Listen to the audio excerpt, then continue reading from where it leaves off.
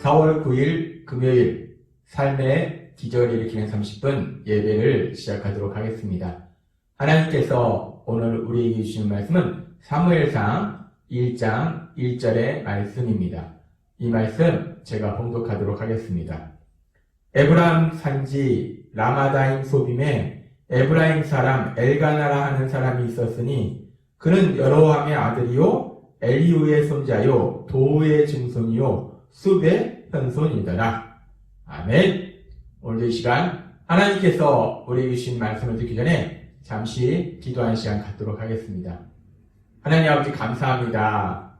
오늘도 저희들 사랑하셔서 하나님을 만날 수 있는, 하나님의 말씀을 들을 수 있는 이 예배의 자리로 저희를 인도해 주시니 감사합니다. 아버지 하나님, 오늘도 이 시간 이 예배를 통해서 하나님의 말씀을 들을 때 그 말씀을 통해서 진리를 깨닫게 하시고 그 진리를 통해서 자유함을 누릴 수 있는 저희가 될 수 있도록 은혜 베풀어 주옵소서. 언제나 저희를 한없이 사랑하시는 우리 주 예수 그리스도의 이름으로 감사하며 기도드리옵나이다. 아멘. 오늘 우리가 읽은 사무엘상 1장의 말씀은 지금으로부터 대략적으로 한 3100년 전 있었던 엘가나라는 사람, 이스라엘 땅에 살고 있었던 엘가나라는 사람에 대해서 말씀하고 있습니다. 이 엘가나라는 사람에 대해서 말씀하시면서 하나님께서는 엘가나가 어디에 살고 있는가 라고 말씀합니다. 에브라임 산지에 살고 있었다 라고 말씀합니다. 그리고 그 다음에 이 엘가나에 대해서 말씀할 때 사무엘상 1장 1절은 이렇게 말씀합니다. 에브라임 산지 라마다임 소빔에 에브라임 사람 엘가나라 하는 사람이 있었으니 그는 여로함의 아들이요 엘리우의 손자요 도우의 증손이요 숲의 현손이더라 라고 말씀합니다. 이 엘가나라는 사람이 있었는데 이 사람은 이 에브라임 사람이라는 얘기입니다. 에브라임 산지에 살았다는 겁니다. 그러면서 이 엘가나에 대해서 얘기할 때 엘가나의 아버지는 여로함이고 할아버지는 엘리우고 증조 할아버지는 도우고 고조 할아버지는 숲이다 라고 말씀합니다. 이 엘가나라는 사람에 대해서 말씀하는데 그 아버지, 할아버지, 증조 할아버지, 고조 할아버지 그 조상까지 말씀합니다. 하나님께서 엘가나라는 사람에 대해서 말씀하면서 그 조상에 대해서 함께 말씀하신다는 겁니다.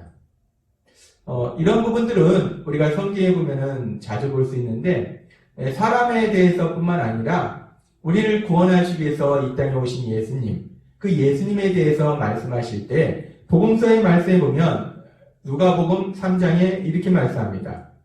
예수께서 가르치심을 시작할 때에 30세쯤 되시니라.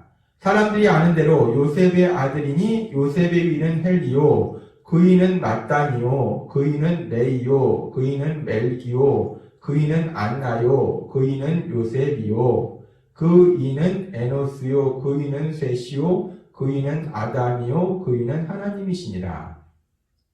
이 예수님에 대해서 말씀하시면서 예수님의 육신의 아버지는 요셉이고 할아버지는 누구고 그 위는 누구고 계속해서 그 조상에 대해서 쭉 말씀하시고 최종적인 최종은 아담이고 그 아담은 하나님께서 만드신 부분에 대해서 말씀하고 있습니다.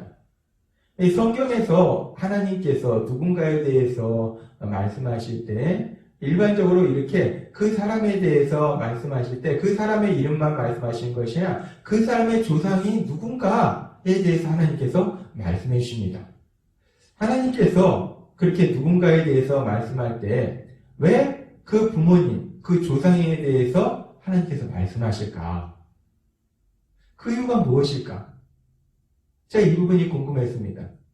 근데 성경에서는 하나님께서 어떤 사람에 대해서 말씀할 때 그 부모에 대해서도 말씀하시는데 근데 왜 그 부모에 대해서 조상에 대해서 말씀하시는지 명확한 이유를 말씀해 주시지는 않습니다. 왜 부모에 대해서 말씀해 주시는지 그 이유를 성경에서 명확하게 말씀하시지는 않는다는 거예요. 그래서 제가 왜 하나님께서 그 부모에 대해서 그 조상에 대해서 말씀하실까? 다른 성경의 말씀들에 비춰봐서 말씀하신 이유가 뭘까를 제가 묵상하면서 고민하고 기도해 봤습니다. 그러면서 하나님께서 저에게 그 부분에 대해서 또 주시는 생각이 있으셨는데 이 출애굽기 34장 7절에 보면은 하나님께서 이렇게 말씀하십니다. 인자를 천대까지 베푸며 악과 과실과 죄를 용서하리라. 그러나 벌을 면제하지는 아니하고 아버지의 악행을 자손 3, 4대까지 보응하리라. 라고 말씀합니다. 하나님께서는 인자와 진실이 많으신 분이셔서 천대까지 그 인자를 베푸시는 분인데, 근데 이 말씀에 보면 아버지의 악행을 자손 3, 4대까지 보응하리라 라고 말씀합니다. 이 말씀을 자칫해서 오해하면 아버지가 죄를 지면 그 자손 3, 4대까지도 벌을 받는다 라고 오해할 수 있습니다. 근데 이 성경의 말씀은 그런 뜻이 아니고, 또 하나님께서는 성경의 다른 부분 속에서 에스겔서 말씀도 있고 다른 부분 속에서 그렇지 않음을 분명하게 말씀합니다. 이 말씀은 아버지가 죄를 져서 그 자손 3, 4대까지 아버지의 죄로 인해서 벌을 받는다라는 말씀은 아닙니다. 그런데 분명히 아버지가 죄를 졌을 때 그 자손 3, 4대가 벌을 받는 삶을 산다는 거예요.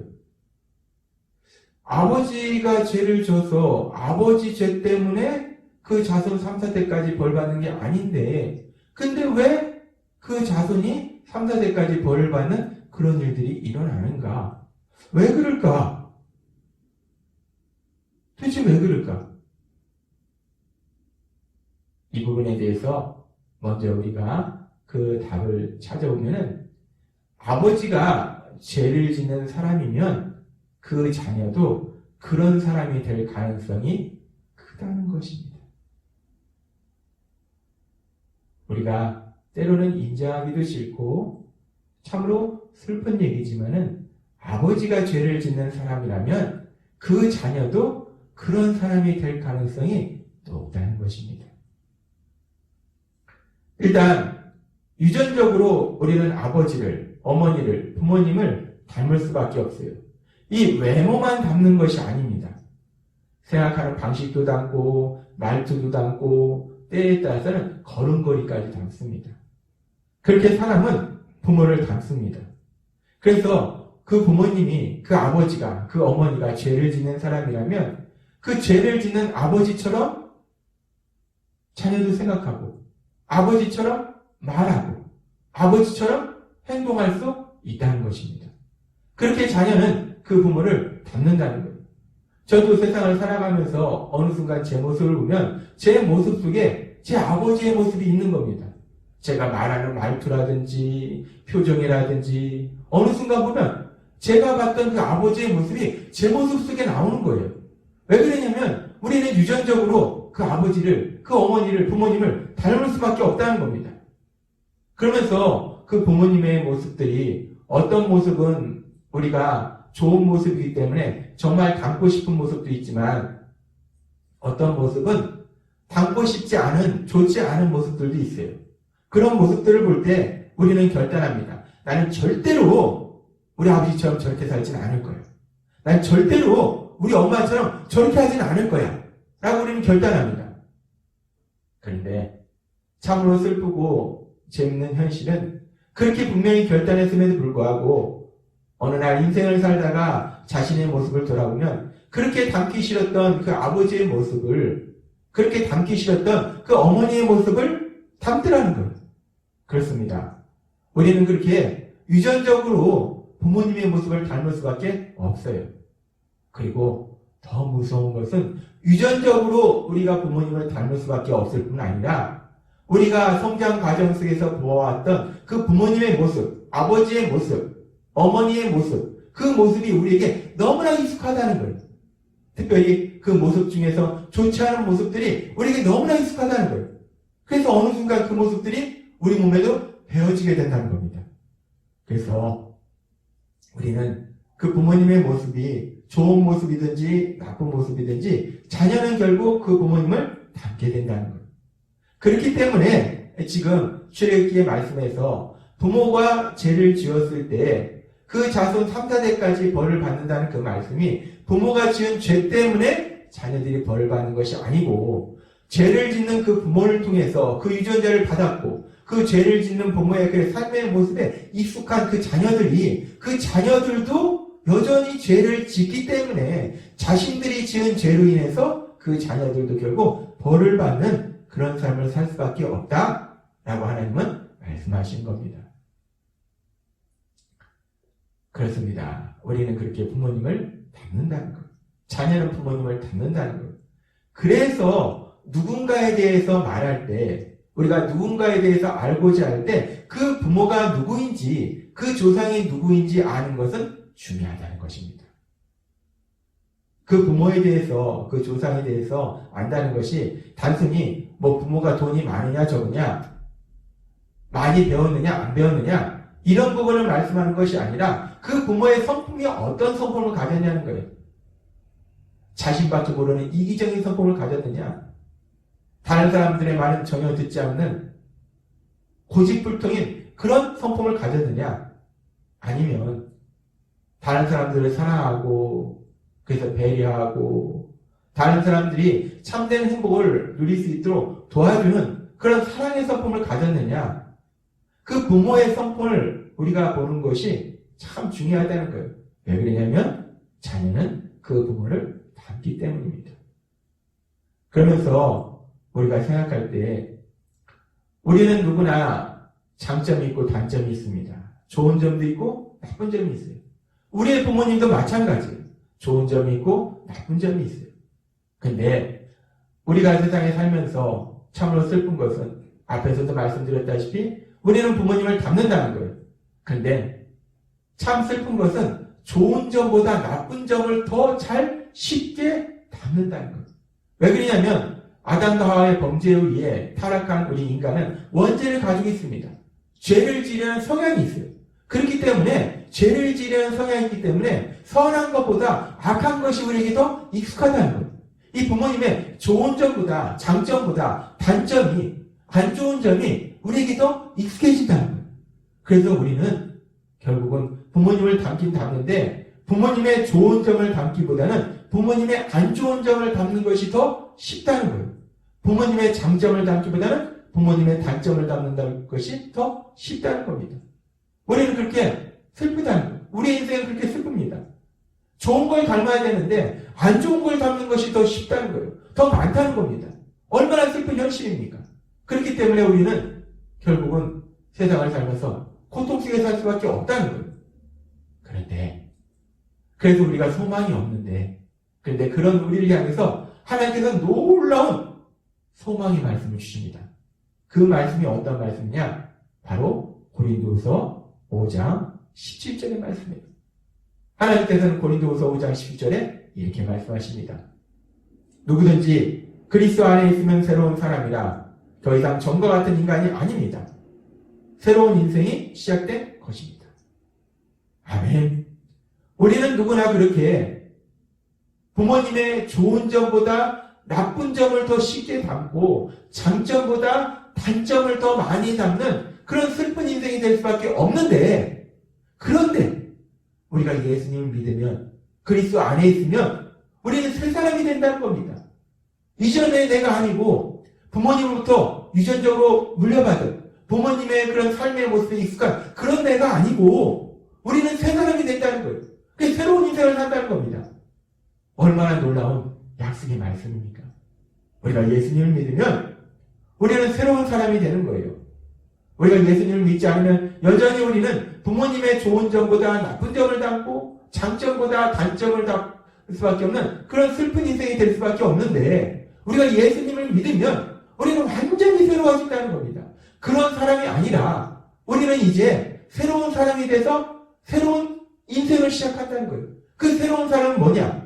우리가 예수님을 믿기 전에는 누구의 아들이고 누구의 손자고 우리의 혈육의 부모에 대해서 우리가 얘기합니다.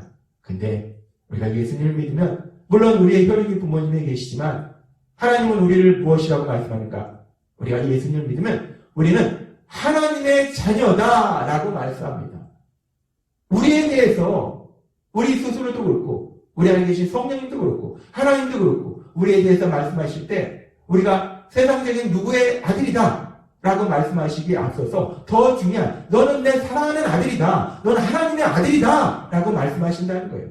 우리의 신분이 완전히 새로워진다는 겁니다.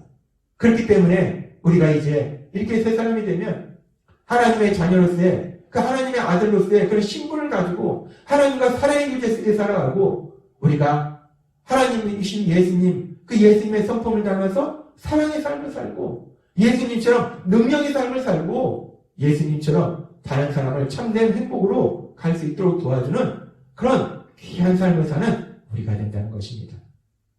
하나님은 오늘 우리에게 놀라운 약속의 말씀을 주십니다. 우리가 예수님을 믿지 않으면 여전히 우리는 누구의 아들이고 누구의 손자입니다. 그런데 그 누구의 아들이고 누구의 손자가 되어서 그 조상의 안 좋은 부분, 단점만 더 많이 닮아가는 슬픈 인생인데 우리가 예수님을 믿으면 우리는 이제 누구의 아들, 누구의 손자에서 벗어나서 이 땅을 창조하신 전능하신 하나님, 그 하나님의 아들로서 이 땅을 살아가게 될 걸 믿습니다. 새로운 사람으로서 이 땅을 살아가게 될 걸 믿습니다. 오늘 주신 말씀처럼 우리가 그 예수님을 믿음으로 인해서 고린도후서 5장 17절의 말씀처럼 새 사람이 되어서 누구의 아들, 누구의 손자 이전에 전능하신 하나님의 아들이 되어서 그 하나님이 말씀하신 그 말씀대로 거룩하신 우리 예수님을 단순히 부모님을 닮아가는 것이 아니라 거룩하신 우리 예수님을 닮아가는 귀한 삶을 살아가시는 여러분이 되시길 주님의 이름으로 축원합니다. 기도하겠습니다. 하나님 아버지 감사합니다. 오늘도 주신 말씀처럼 우리가 예수님을 믿지 않으면 그저 누구의 아들이고 누구의 손자입니다. 그래서 그 부모님의 그 조상들의 안 좋은 부분을 더 많이 닮아가는 슬픈 인생이 될 수밖에 없습니다. 근데 우리가 예수님을 믿으면 이제 우리가 새 사람이 되어서 우리가 이 땅을 창조하신 전능하신 하나님, 그 하나님의 아들로서 이 땅을 살아가게 하시니 감사합니다. 그 하나님의 아들이 되어서 정말 거룩하신 예수님, 그 예수님을 닮아가는 복을 누리고 그리고 그런 저희의 모습을 통해서 하나님의 영광을 나타내는 저희 모두가 될 수 있도록 은혜 베풀어 주옵소서. 예수님의 이름으로 감사하며 기도드리옵나이다. 아멘. 이 시간도 오늘 하나님께서 우리에게 주신 너무나 좋은, 너무나 소망이 되는 이 말씀을 묵상하면서 조용히 기도하는 시간 갖도록 하겠습니다.